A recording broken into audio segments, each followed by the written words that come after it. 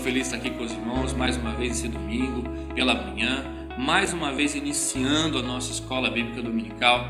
E o meu desejo é que Deus venha abençoar a sua vida nesse dia, venha realmente abrir o seu entendimento e você venha aprender da palavra de Deus. Vamos começar então com uma oração. Eu convido você, onde você estiver, feche seus olhos, vamos orar pedindo a Deus que abra o nosso entendimento, que a gente possa aprender sobre a vontade de Deus para as nossas vidas, que sempre é o melhor. Senhor, nosso Deus e nosso Pai, nós te damos graça. O Deus abençoa a vida daquele que está em casa, os nossos alunos, abençoa, Pai, nossos professores, o professor que vai ministrar a aula de hoje. Eu peço a Ti, meu Deus, nos ajuda, nos auxilia, todos envolvidos nesse processo. Fica conosco, Senhor. Abre o nosso entendimento, que nós possamos reter o melhor, Pai. Possamos aprender desse conteúdo qual vamos estudar hoje, qual é muito importante para a nossa vida. Fica conosco, Senhor, nos auxilia, nos orienta, no nome de Jesus. Amém. Meus irmãos, eu quero mais uma vez apresentar aqui a nossa lição. Nós estamos ainda no início aqui do terceiro trimestre de 2022. O tema dessa lição é os ataques contra a Igreja de Cristo, as sutilezas de Satanás nesses dias que antecedem a volta de Cristo Jesus.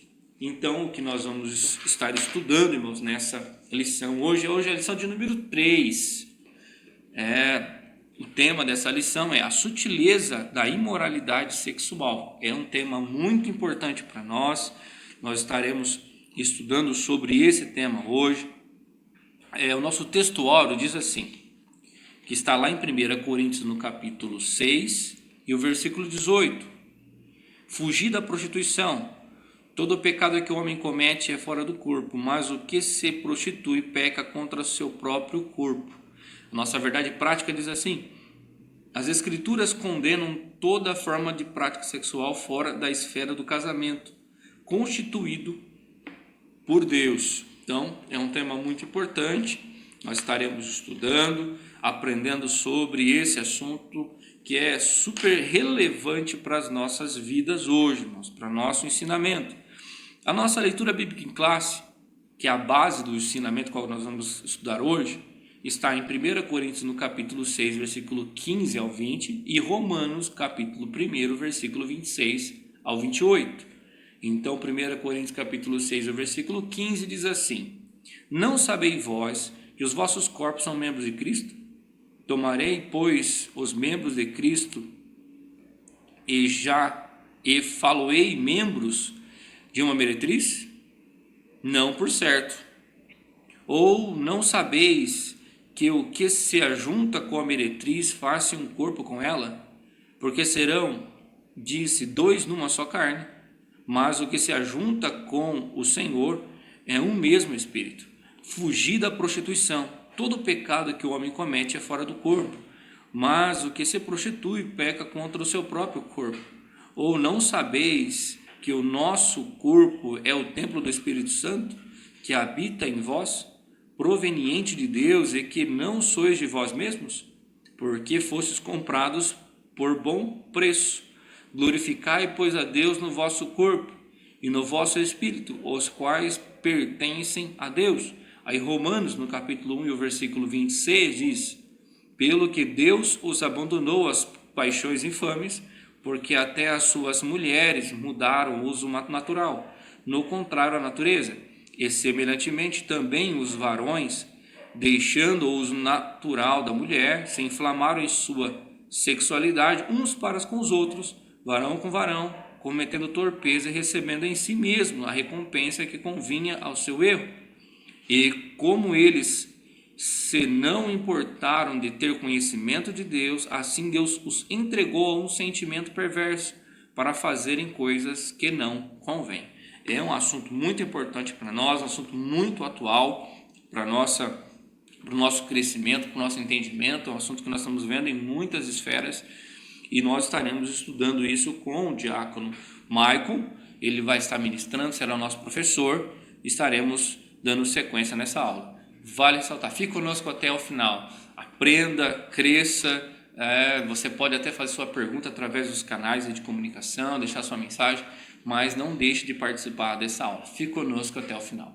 A paz do Senhor para você, meu irmão, minha irmã.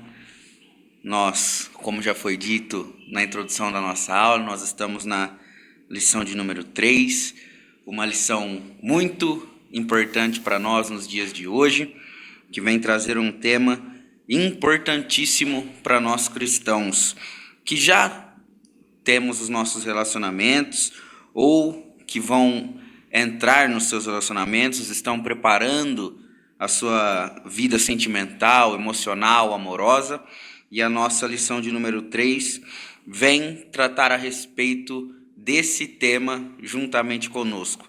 Então, que o Espírito Santo possa guiar a nossa aprendizagem na manhã de hoje. E começamos aqui no primeiro tópico, que vai nos dizer a respeito da revolução sexual. O nosso primeiro subtópico diz: um novo paradigma para a sexualidade.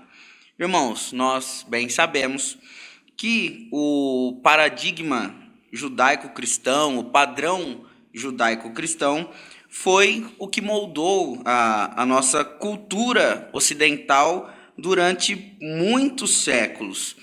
E esses moldes, eles foram certamente estabelecidos com princípios sagrados, princípios que nós encontramos dentro da Bíblia. Os valores morais prevaleciam dentro desses moldes.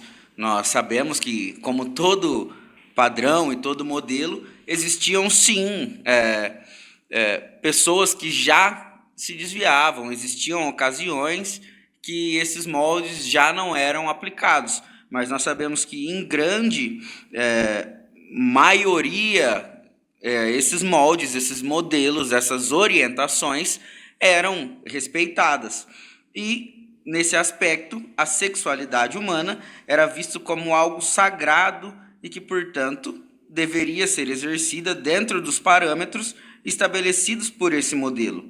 Então, nós vemos esses modelos, a maneira como nós deveríamos nos portar, a maneira como nós deveríamos agir em relação a essa questão, a questão da sexualidade, sendo pautadas pela Bíblia, que é o nosso modelo, que é o nosso padrão, que é, como nós costumamos dizer, o nosso manual de instruções para as nossas vidas. E dentro disso, os valores morais apresentados dentro da Bíblia serviam também como norte para as nossas relações, tanto as relações diárias como as nossas relações sexuais, como as nossas intimidades com o nosso cônjuge.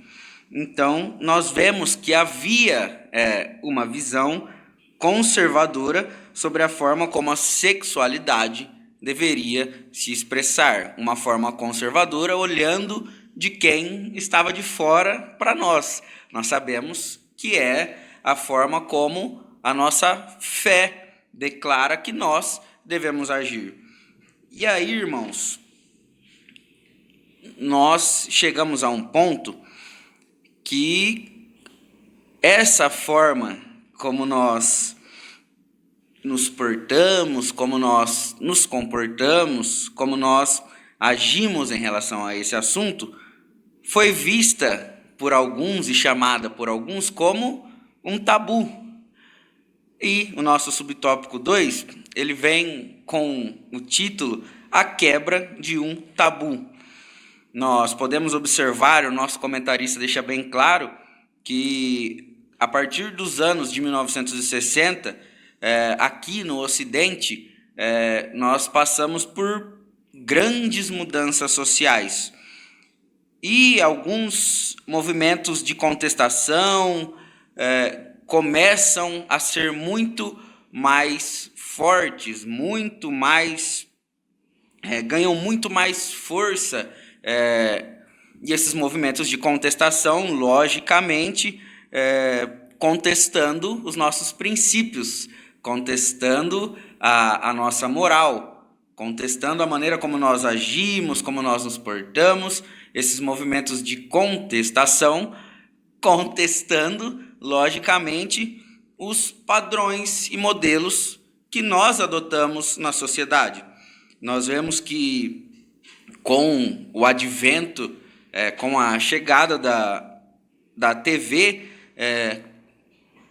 muita coisa começa a ser disseminada. Hoje, nós já estamos em um outro boom, além desse da TV, nós já passamos pelo advento da internet, agora pela questão da globalização, das mídias sociais, nós vemos muita coisa sendo divulgada, sendo disseminada de maneira muito rápida, tendo acesso fácil a qualquer tipo de conteúdo. E esses conteúdos, muitas vezes, infligem, esses conteúdos degrinem, machucam o que nós temos por nossos padrões, pela nossa fé.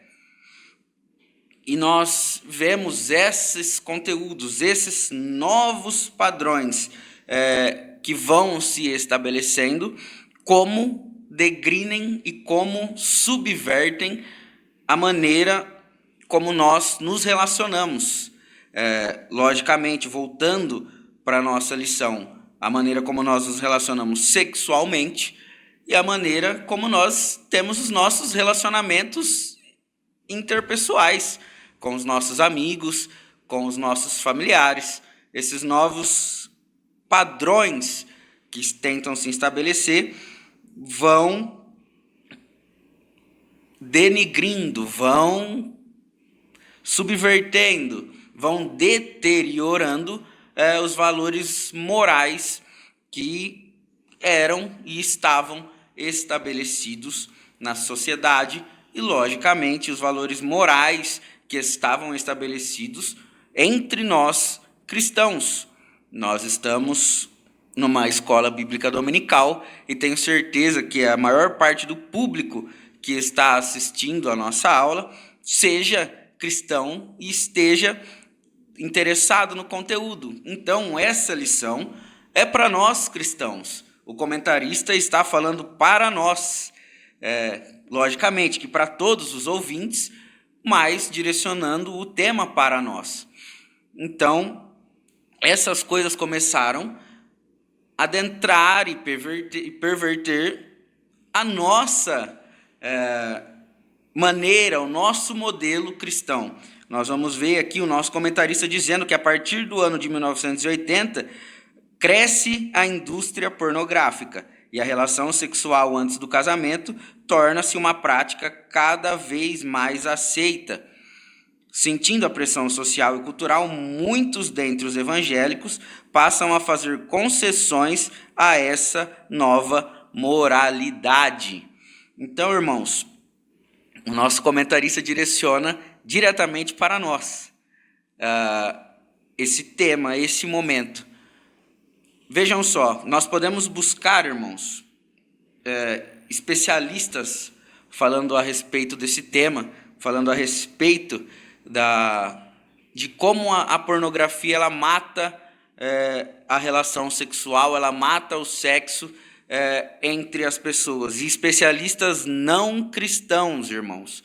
Nós temos vários especialistas hoje em dia estudando a respeito desse tema, falando que realmente a pornografia é um método, é um meio ilusório, é algo que perverte, que muda, que coloca uma película que inebreia a visão daquele que assiste e de maneira que ela o prende e faz com que ele perverta, que ele mude a sua concepção da relação sexual, do sexo, da sua intimidade. Então, nós precisamos ficar atentos a esse tópico dentro das nossas vidas, dentro das nossas casas. Temos, depois, logicamente, desse novo boom, desse novo advento, que já não é mais tão novo, da internet, das mídias sociais, é algo que tem ficado cada vez mais explícito. Então, nós precisamos tomar cuidado com aquilo que nós estamos direcionando os nossos olhos, porque essas coisas esse tipo de conteúdo está sendo cada vez mais disseminado de maneira mais rápida e indo ao contrário dos nossos valores morais cristãos. Amém? Vamos para o nosso tópico 2. As principais distorções da sexualidade sadia. E o nosso primeiro subtópico diz a prática da fornicação. No nosso contexto, irmãos, evangélico, cristão, o termo fornicação, ele passou a ser compreendido, passou a ser disseminado ou aceito de maneira razoável como o sexo antes do casamento, realizado por pessoas solteiras. Mas, se nós olharmos para a palavra grega que traz o sentido, que foi traduzida, transliterada como fornicação, a palavra é porneia. E os irmãos, já identificando a semelhança, podem dizer que essa palavra também é cunhada, também é utilizada para palavras como pornografia. Então, o que nós entendemos aqui? Que elas têm o mesmo sentido. Fornicação porneia pode ser traduzida, pode ser usada como fornicação, como pornografia, como prostituição. Na realidade, a palavra fornicação ela deve ser utilizada e entendida como qualquer prática ilícita, qualquer prática reprovável que é exercida, que é realizada de maneira sexual, qualquer prática sexual reprovável. Não apenas o sexo antes do casamento. Então, o que nós podemos entender? Que a fornicação é sim uma distorção da nossa sexualidade, da sexualidade instituída por Deus para que seja exercida de maneira sadia. Na verdade, porneia classifica as palavras prostituição e fornicação como sinônimos.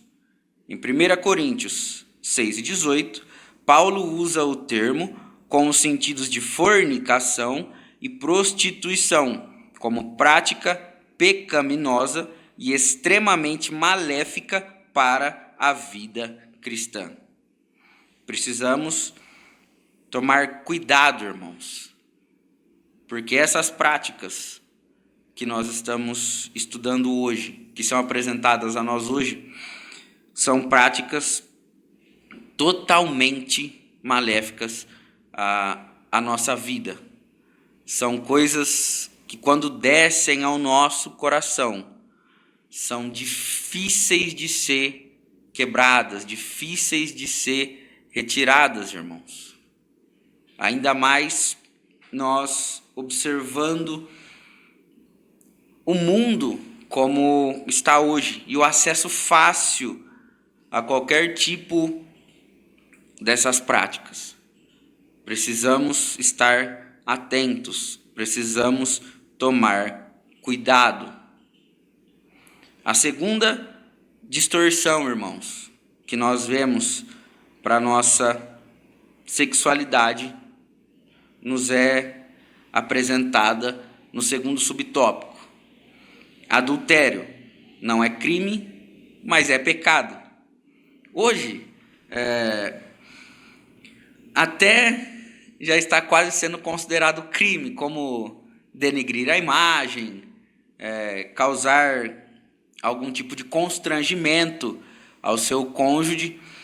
Mas, além dessas situações, o próprio Jesus, irmãos, nos instrui que se ao menos nós pensarmos, nós já pecamos.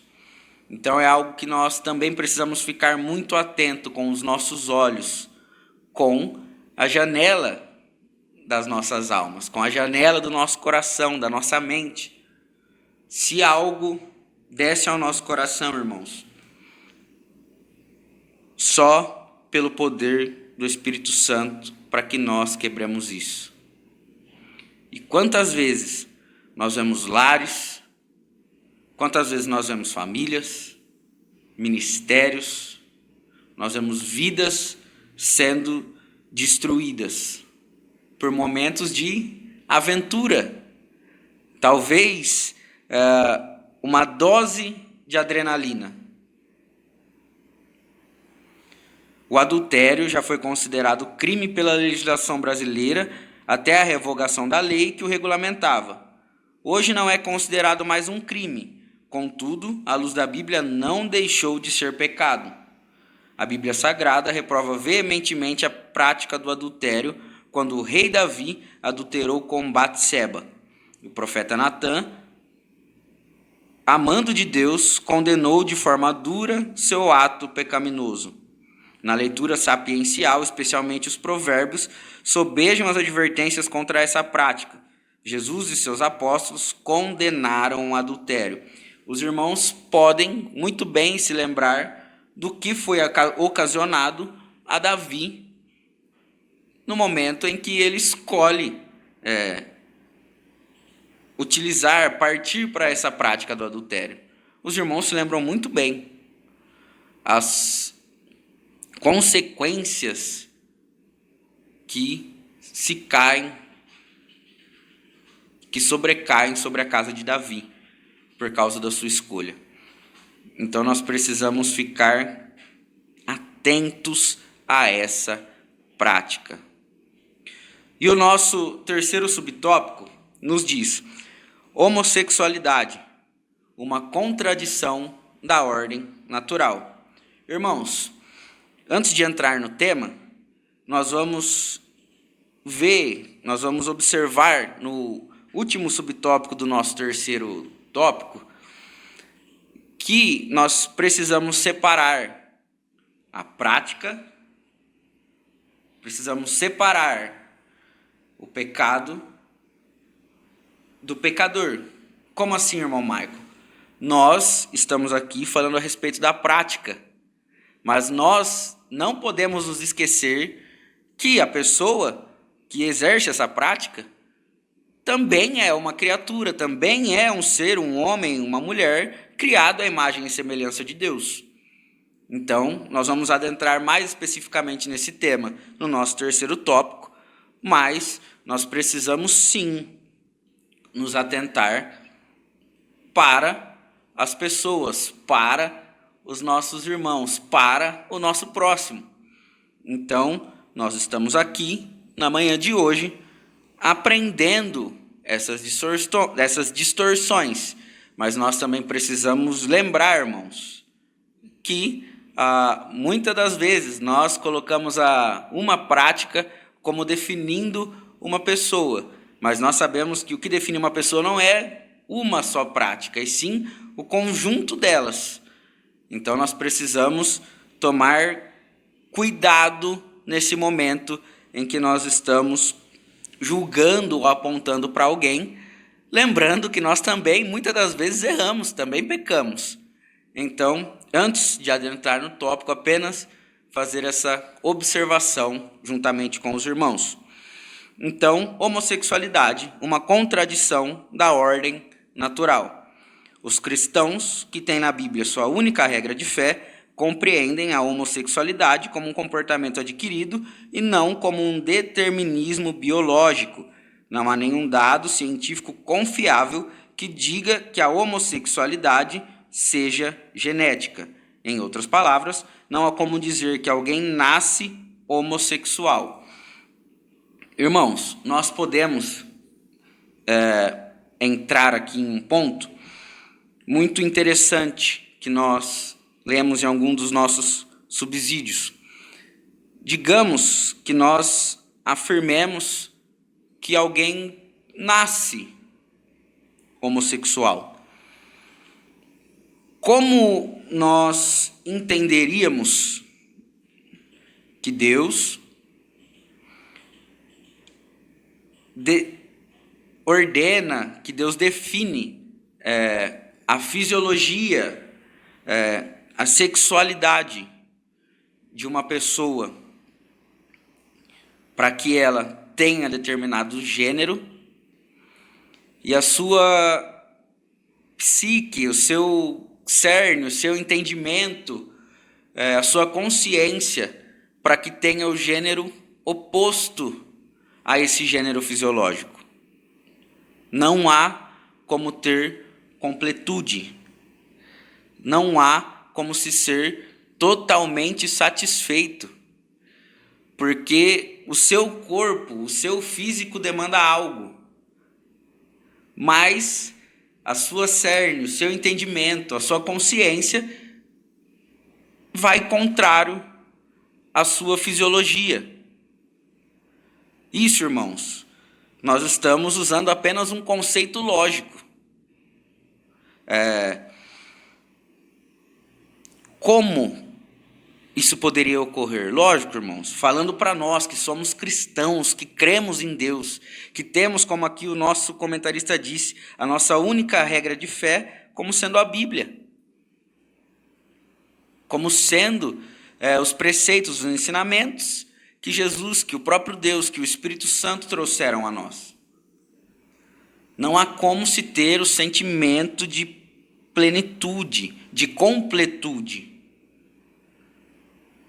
Porque sempre o seu físico, fisiológico, sempre estará contrário ao seu cerne, à sua ciência, ao seu conhecimento, à sua alma.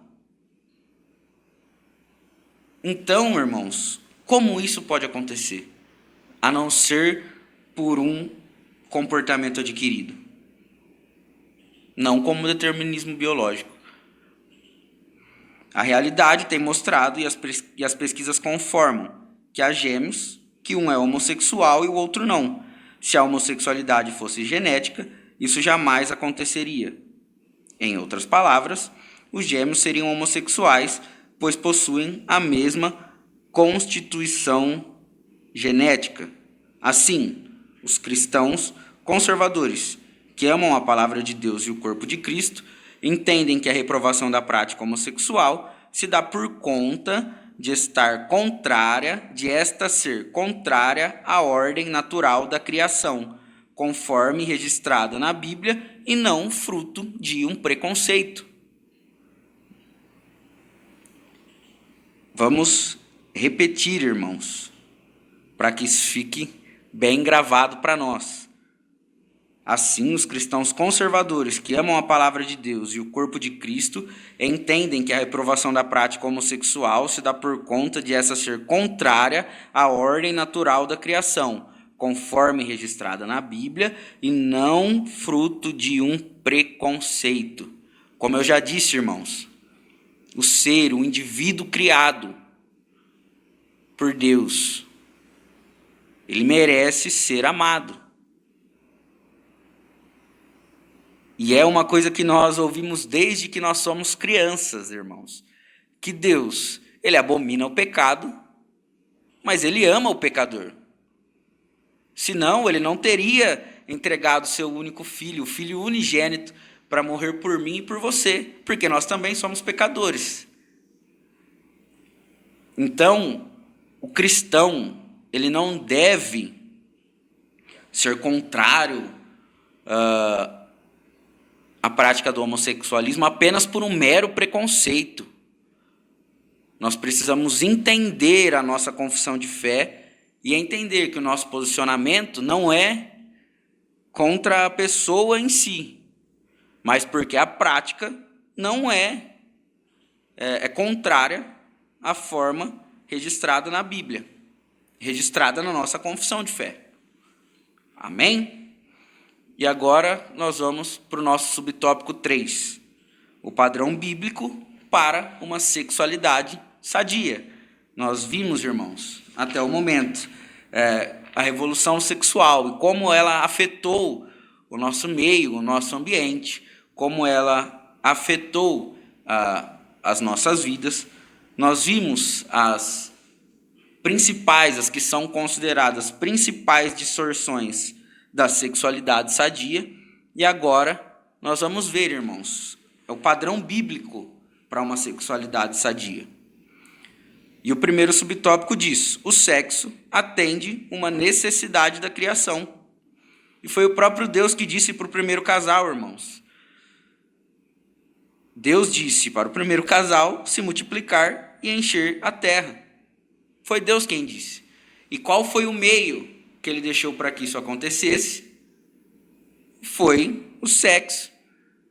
Se Deus, irmãos, não quisesse que os casais se relacionassem de maneira sexual, os casais, irmãos, casais, se relacionassem de maneira sexual, ele teria deixado outra maneira para que o ser humano se reproduzisse, se multiplicasse.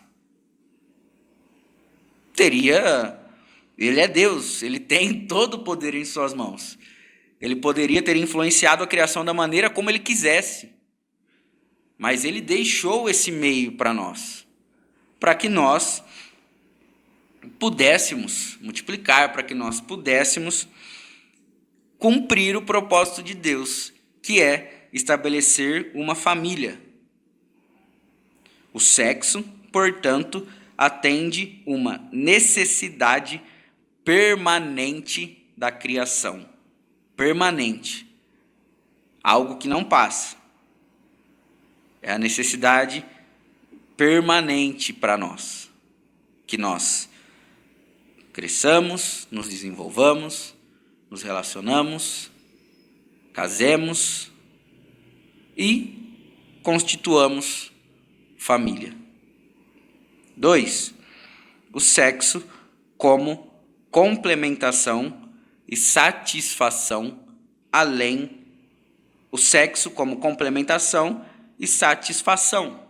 Irmãos, dentro disso que nós falamos agora, no primeiro subtópico, o sexo não pode ser visto como um fardo para nenhum dos dois envolvidos no matrimônio, nem para esposo, nem para a esposa.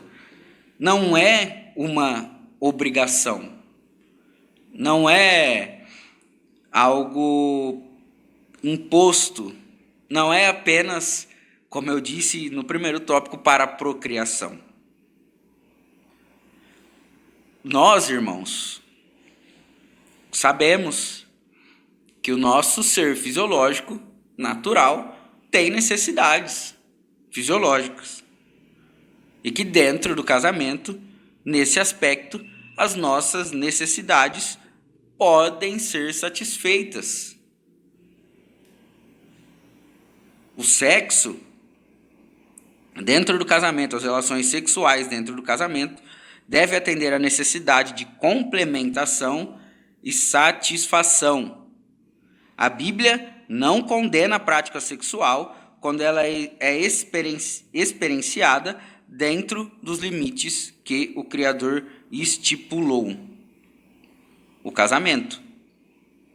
A maneira que o Criador deixou para guardar o casal contra mais diferentes formas de impureza, como fornicação, adultério, homossexualidade, foi o sexo praticado dentro da esfera do casamento monogâmico e heterossexual. Irmãos, por que existem tantas relações hoje que nós vemos que duram tão pouco tempo? Por quê?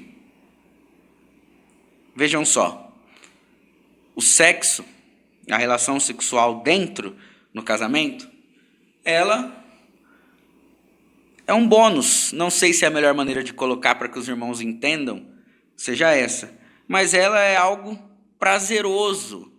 Ela é algo que muitas das vezes é utilizada dentro do casamento, como nós lemos aqui, como complementação, satisfação daquele casal. E a cultura que vem se estabelecendo hoje, essas coisas elas são provadas antes. Então, quando você está dentro do relacionamento, você se casa, E você vê que dentro do casamento são duas pessoas diferentes, com criações diferentes, são atritos, muitas das vezes existem desavenças. E parece, irmãos, que tudo que vem com o casamento é ônus. Porque aquilo que você deveria experienciar, que você deveria ter experiências boas, aquilo que te traria alguma satisfação, te traria a complementação, já foi experimentado antes, já foi tomado antes. Entendem a linha de raciocínio que eu estou querendo traçar aqui, irmãos?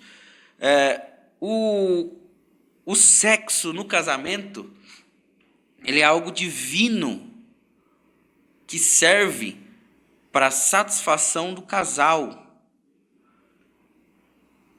E muitas das vezes, irmãos, será a maneira de restabelecimento, talvez de conciliação entre os dois, entre as duas pessoas. E quando isso é experimentado fora do casamento, quando você entra no casamento, parece que só tem coisas ruins. Lógico, irmãos, eu estou fazendo uma hipérbole aqui, eu estou aumentando o tamanho dos fatos para que os irmãos entendam a linha de raciocínio. Não estou dizendo que casar é ruim, irmãos, não entendam dessa forma. Não entendam dessa forma. Não estou dizendo que o casamento só traz coisas ruins, não é isso. O que eu estou querendo dizer é que nós estamos antecipando as coisas, a ordem das coisas, como as coisas deveriam acontecer, a maneira natural como elas deveriam fluir e acontecer. Algumas pessoas que podem estar ouvindo podem achar um pensamento conservador, ou retrógrado, ou atrasado, mas se vocês pararem para refletir comigo, vocês vão ver que é verdade. Que as relações são muito mais genéricas hoje em dia. Exatamente, um dos motivos é esse. Nós estamos apressando as coisas de tal maneira que hoje em dia é como se nós tomássemos um remédio controlado. O efeito é de 8 em 8 horas e tá bom, é muito rápido. Precisamos estar atentos. Também não deve ser visto como um dever ou obrigação a ser praticado de forma mecânica e sem amor. Deve ser feito com amor, de forma que o casal se sinta satisfeito e realizado. O casal se sinta satisfeito. Não é apenas o marido, não é apenas a mulher. O casal se sinta satisfeito. Não vos defraudeis em coisa alguma. Não vos defraudeis por muito tempo. É necessidade do casal. 3. O pastoreio cristão e a prática homossexual. Aqui nós vamos entrar, irmãos, no que eu disse no nosso segundo tópico. Mesmo reprovando o comportamento homossexual por ser incompatível com os valores cristãos, a igreja não deve, de forma alguma, deixar de enxergar a pessoa do homossexual como alguém que foi feito à imagem e semelhança de Deus e que, portanto, também por ele é amado. Irmãos, nós não devemos afastar. Nós devemos trazer para perto.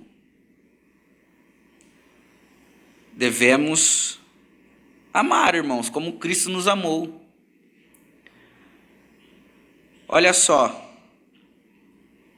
Eu tenho certeza, irmãos, que se eu olhasse para mim, E se você olhar para dentro de você também, você vai ver que o sacrifício da cruz nós também não merecíamos. E Jesus escolheu nos amar, irmãos. Ele escolheu. Que muitas das vezes hoje, conhecendo o Evangelho, nós deixamos de vigiar e acabamos pecando. E nem por isso Jesus deixa de nos amar, irmãos. Então, se nós somos alcançados com tão grande amor, nós devemos também alcançar com o mesmo amor. Irmãos, veja bem, eu não estou dizendo para que nós concordemos com as práticas. Eu estou dizendo que nós devemos amar o pecador. Eu estou dizendo que nós devemos demonstrar amor a essas pessoas que muitas das vezes foram feridas, machucadas, foram talvez condenadas, apontadas. E Jesus não fez isso conosco, irmãos. Nós sabemos que Jesus tem poder para libertar, Jesus tem poder para curar, Jesus tem poder para salvar, irmãos. Salvar. Ele nos salvou. Então, nós, como cristãos verdadeiros que somos, irmãos, precisamos sim nos posicionar dentro daquilo que nós achamos moralmente, que nós achamos não, que nós cremos que são os nossos princípios básicos, que são os nossos preceitos. Nós também temos liberdade de expressão para nos posicionar. Mas nós precisamos entender, irmãos, que mesmo nos posicionando, nós precisamos alcançar essas almas com o amor que Cristo nos amou. A igreja, portanto, não deve rejeitar o homossexual, como não deve rejeitar as demais pessoas que agem de forma contrária aos valores cristãos. Todavia, por acreditar que a homossexualidade deve ser vista como comportamento adquirido e que, como prática, se afasta daquilo que preceitua a Bíblia sobre a correta expressão de sexualidade, ensina e ordena o abandono e a abstinência da prática por parte daqueles que se convertem à fé cristã. Entenderam, irmãos? A igreja crê e defende que qualquer forma de expressão sexual fora do casamento ou praticada por pessoas de mesmo sexo é mostrada nas Escrituras como pecaminosa. Por outro lado, acredita que o Evangelho é poderoso para transformar todo o que crê em Jesus como Salvador, e isso inclui os homossexuais, isso inclui os que têm vícios em drogas, isso inclui aqueles que têm vícios em bebidas alcoólicas, isso inclui qualquer tipo de pessoa que venha aceitar a Jesus Cristo como seu único e suficiente Salvador. Precisamos, irmãos, como igreja dos últimos dias, pregar sim o evangelho do arrependimento, pregar o evangelho do reino, pregar que Jesus está voltando, irmãos. Mas nós precisamos pregar o amor de Jesus a todos aqueles que quiserem aceitar esse amor. Conclusão. Nesta lição, aprendemos sobre 3 dos principais desvios do modelo da sexualidade bíblica: a fornicação, o adultério e a homossexualidade. Essas 3 práticas pecaminosas têm ganhado cada vez mais espaço na sociedade nas últimas décadas. Muitos crentes têm negligenciado o ensino bíblico e também se rendido a essas sutilezas pecaminosas. Qualquer prática sexual fora do modelo bíblico traz consequências morais e espirituais. Deus quer que vivamos o sexo no padrão por ele estabelecido e que de fato vai nos fazer realizados e plenificados. Que nós, irmãos, possamos seguir as nossas vidas em todo o modo de viver à luz das Escrituras, à luz da Bíblia. Que nós não venhamos nos deixar levar, irmãos, por práticas que vêm sido disseminadas em nosso meio. Que se em algum momento, irmãos, nós caímos, nós erramos, nós pecamos, que nós possamos, irmãos, pedir perdão ao Senhor, pois Ele é pronto em nos perdoar, nos limpar, nos purificar e nos colocar novamente de pé na sua presença. Que Deus abençoe os irmãos. Nós, assim, terminamos a nossa lição de hoje. Maravilha, meus irmãos. Que assunto importante para nós. Quero aqui agradecer você que está em casa, você que é nosso aluno, você que acompanha a aula. Agradecer também a vida do nosso professor que decorreu esse assunto tão importante para nós. Isso é realmente uma forma muito de nos trazer crescimento, de nos trazer aqui conhecimento da palavra do Senhor, que é o que nós precisamos para ter uma vida abençoada. Quero agradecer cada um que participou aqui dessa aula e também convidando você a estar pessoalmente na escola dominical. Você que pode, aí na sua congregação, onde você estiver, mais perto da sua casa, a igreja mais próxima à sua casa, nós temos uma igreja praticamente em cada bairro. Venha participar conosco da escola dominical, presencialmente, tirar sua dúvida pessoalmente. Enfim, é uma bênção para as nossas vidas. Também vale ressaltar, meus irmãos, aquele que quer entregar o seu dízimo, a sua oferta, está passando aqui no vídeo da sua TV, onde você está vendo, está passando as contas da igreja. Contribua com alegria, não por obrigação, não por força, jamais, mas sim com o coração alegre, com o coração aberto. É uma forma de Deus abençoar a sua vida e cada vez a igreja do Senhor crescer mais vidas serem alcançadas através da palavra do Senhor. Meus irmãos, eu quero aqui fazer um convite a você. Aqui no nosso templo sede nós temos as terças-feiras e as quintas-feiras, às 19h30, um culto para que você possa vir presencialmente estar conosco. Na terça-feira temos o nosso culto de ensino, a quinta-feira o culto para a família, o culto público. Venha estar conosco. E no domingo, às 19h, também você pode estar vindo cooperar conosco. Você é o nosso convidado especial para estar aqui conosco, ouvindo a palavra, meditando na palavra. Tenho certeza que Deus vai abençoar a sua vida. Nas nossas congregações, que temos nos nossos bairros aqui na nossa cidade, às quartas-feiras e quinta-feiras e sextas, às 19h30. Você é nosso convidado também. E no domingo, às 19h. Veja aquela congregação que é mais próxima da sua casa.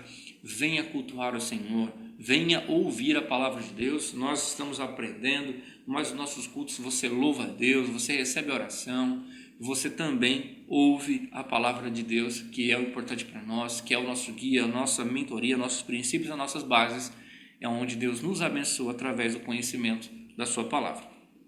Eu quero, nesse momento, mais uma vez agradecer a você que participou dessa aula, que sempre, todos os domingos está participando, agradecer ao nosso pastor, agradecer aos nossos professores, a todos os envolvidos aqui, a nossa equipe técnica, que realmente que Deus venha abençoar. E eu quero encerrar fazendo mais uma oração com você. Feche os seus olhos onde você estiver e vamos orar. Senhor, nosso Deus e nosso Pai, nós te damos graça. Senhor, ó Pai, te louvamos, te engrandecemos, fique conosco, nos ajuda, nos auxilia e que nós possamos cada vez mais observar a sua palavra, Senhor, possamos praticar o que a sua palavra diz, aquilo que nós aprendemos, possamos colocar realmente em prática. Abençoa a vida de todos que estão participando, fique conosco, nos ajuda, nos auxilia, Senhor, que tenhamos um dia ainda de paz, um dia de bênção, Senhor, um dia de crescimento na sua presença. Fique conosco, no nome de Jesus, é o que eu te peço e te agradeço. Que Deus te abençoe e até o próximo domingo.